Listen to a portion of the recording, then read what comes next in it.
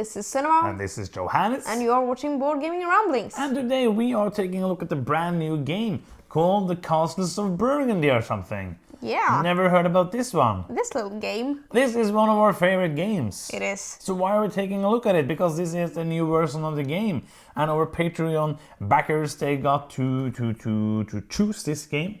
Because each month the Patreon supporters, they get to choose a game that we take a look at and review.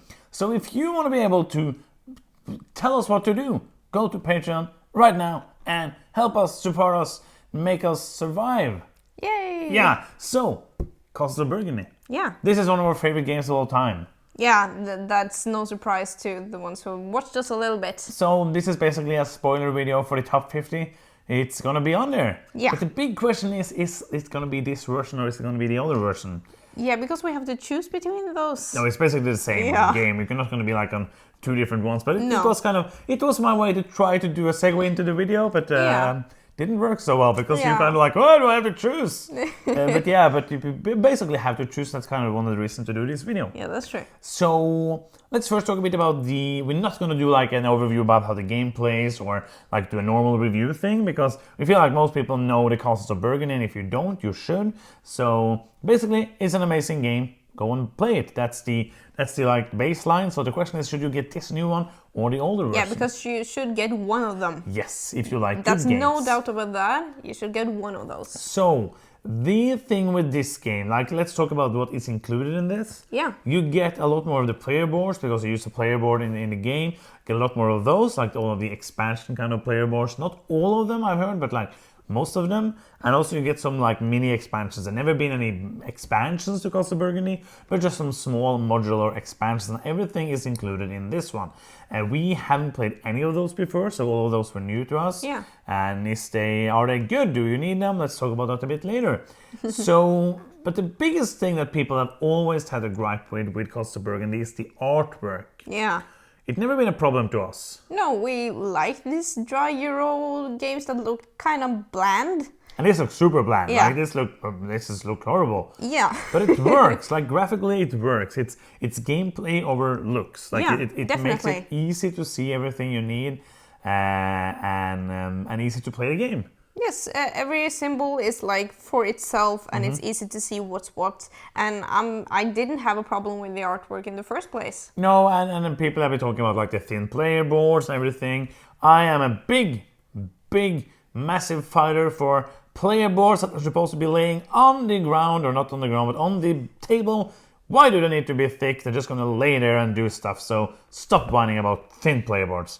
I like multi-layered player boards, but not all games need them. If you don't have a multi-layer, why should it be 5 centimeter thick cardboard? This doesn't need more layers to it. No, it would have been nice, but it would have been super expensive. Yeah, but I would rather have more different player boards in my box than have 5 different to choose from, and those would be a great quality. Yeah. So let's start off with talking about the changes they done to the artwork and the components. Yes. Because when they announced this new version, they said like, oh, it's going to be new artwork, it's going to be new components, and people were starting to think like, okay, what's going to happen here? We need thicker things, we need everything. So let's go through it. Let's talk about the artwork first of all. Yeah, the overall looks of the game looks better, and I don't think that is like hard to see. It's more colorful. Yes. It's popping. There's more like details in the background. It's more like an atmospheric game experience now. Not that it is much theme here anyways, but they have definitely upgraded the overall artwork. Yeah, but still, most people who play this and seen this are saying like this looks way worse than the original. Yeah, that's fascinating. And the reason I think is because the playability has been taken a lot down. A downgrade, basically. Yeah, and I have to like the artwork in itself is thumbs up from me. Not amazing, but way better than the first one because the first artwork were not there basically. But yeah, the playability-ness of the game is enough. Has dropped. Yeah, I think especially with some of the tiles, especially with the yellow tiles, where every yellow tile is different and has different special ability. And before they were like half of the tile was that iconography, and you saw that, and you're like, okay, I understand that. Here they needed to put some artwork on the tile as well, and now it's so small. So you basically, if you don't have 20/20 vision, you need to basically pick it up and look at it like this. Okay, what is this one? And okay, I can see that. What is this one? And it's pretty hard. And I think that's the biggest issue basically with the artwork is those yellow ones. Other than that, like the buildings are different, but that's just basically you have to get used to it. I think like my mind says that they're more difficult to differentiate now than before, but I agree. I don't think it is as hard as I think, because I've played the first ones. I'm used to those buildings now, but the yellow tiles are absolutely the biggest problem for me. They've also changed some of the iconography to the worse in some cases. I have some pictures of that, and also the board in itself is bigger now. The new one? Yeah, the new one is bigger. And I don't see why it has to be bigger. I think it's the buildings in the background that is added to the new one that makes it bigger. And also the player board in itself they have stripped it for some information. Yeah, and you have a player aid at the side. I don't like that. And it's pretty big, like it's this kind of size for the player aid with and the buildings. And it has to be that big when you have these small buildings that you have to see, but I like the first one. And it was simple enough to understand, and it's really strange because when you looked at these two player boards, we had problems seeing where the space came from. Yeah. Like they have moved it a bit to make it more wood around it, like forest around it, but it hasn't really. I don't see where and how they got all of that huge information into a small space on the old one, and it really worked, and now it's just like, nah. Yeah, they did some new buildings to this one though. Yes, 4 new buildings. That takes a little more space. I think you could have squeezed that into the other one. So too. Or you could just make it like this bigger, and it would be big enough. The individual player boards in the new ones are a tiny bit smaller than the old ones. But they are as thin, so if you hate that, you will hate it now as well. Yeah, we love it though. The actual tiles are a bit thicker. Yeah. So if that was something that bothered you, it never bothered me, but I can see that it would bother people because they are really thin in the base game or in the original one. So like the component quality is all in all better. Yeah. But the artwork and the graphic design and the choices of having the player aid to design makes it worse play. Yeah. As we talked about, if this was the first edition, I would be happy. Oh yeah. But since this is the second edition and I expect something more, I am unhappy because they've taken choices that reduces the playability. I'm not happy about that. No, it's strange. So that's the biggest thing about this game. So the other thing that you have to think about if you want to get this is basically what you get in the box. Yeah. So in the original game, you get the base game. I don't remember how many of these duchies you get, like the different player boards. Don't remember the exact number, but you get quite a few. We never felt that we have played all of them to death. I never want to play the number 1 anymore because we played that so many times. Playing number 2, 3, 4, 5, or 6, I think, is in the first one. If I don't remember, maybe it's only to 5 because there might be only 4 in the box with a different on the other side. It might be that. Yeah. But I never felt that as a problem. No. If you play the game every day, probably, but if you play the game sometimes a year, never felt that as a problem. And then we have all of these small expansions, basically modular expansions that's added in this version, which we're able to buy. You could buy them separate. We never bought any of those. No. Basically, every time one of them became available at the BGG store, it sold out like this. So I never got the chance to actually buy it. So the first one is kind of just a couple of new buildings that you shuffle into the other buildings or the other tiles and put them out. It's a white castle building, which lets you do a free action, but just as the white die, like the number the white die is. You have a crane, that's basically a joker building, that is all of the city buildings. And then you have the geese, I think it's geese. The animal, which is basically a joker animal. So those are kind of, I like those because you just shuffle them in and they just add tiny little things to the game without actually adding anything. Yeah, it makes it your strategies a little more flexible. You don't have to like depend on one specific thing. You can do like a Joker thing. Yeah, so again, it's fun. Don't need it for a game, but it's a good addition. Yeah. And then you have like these ints, which is basically going to be one of them each turn or each phase added to the black market. It's not called a black market, but it's a market and it's black. So it's a black market from now on. The black market in the middle of the board. You add one of them each turn, and those basically you can buy them and you can put them into your player board as anything, but it doesn't do anything when you put it out. So it's just basically just there to fill a space to be able to either play something adjacent or to score an area basically. Yeah. So what do you think about those? I think it's a nice addition. I haven't used those. It feels like it's a like desperate move, but it's better to do that than be stuck and waiting for one tile like for that long. If I have placed one of those as a boat, I can't place another one as a boat. Yeah. So I have to just use one. Yeah, and there's going to be 5 of them in the whole game. So again, it's a final edition. It's not something that you will use too much, and it doesn't change much. So not a thing I would buy this new edition for. Like all of the negative things we said are still too negative. Yeah. So then we have the trade routes, where you basically shuffle some tiles and you get like this road with all of the different colors of trade goods.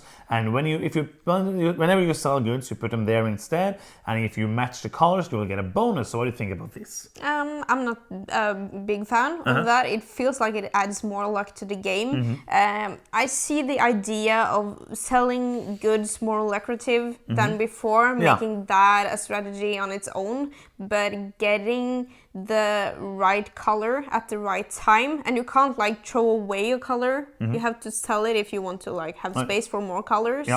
That feels too random for me, and those bonuses are really good if you get them. So if I have a lot of luck and get my colors to match up and you don't, then I have a big advantage. Yeah, I don't think it will win you the game, or it didn't when we played with it. Yes. But it's still, I agree with you on that.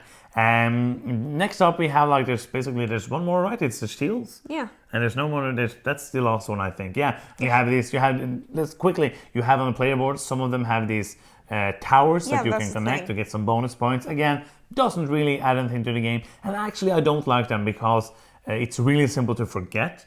Like when you play them, it's really, really simple. I played it with another player, and it's so simple to forget it because it's not a physical thing. It's not something that you get an actual tile for. So I didn't care for them too much. No, I think if you play this game a lot, like we actually have, we've played it quite some times, then it's nice to have those if you want to mix up the way you're playing, because usually you're just like, oh, I'm going to finish this huge farm space here.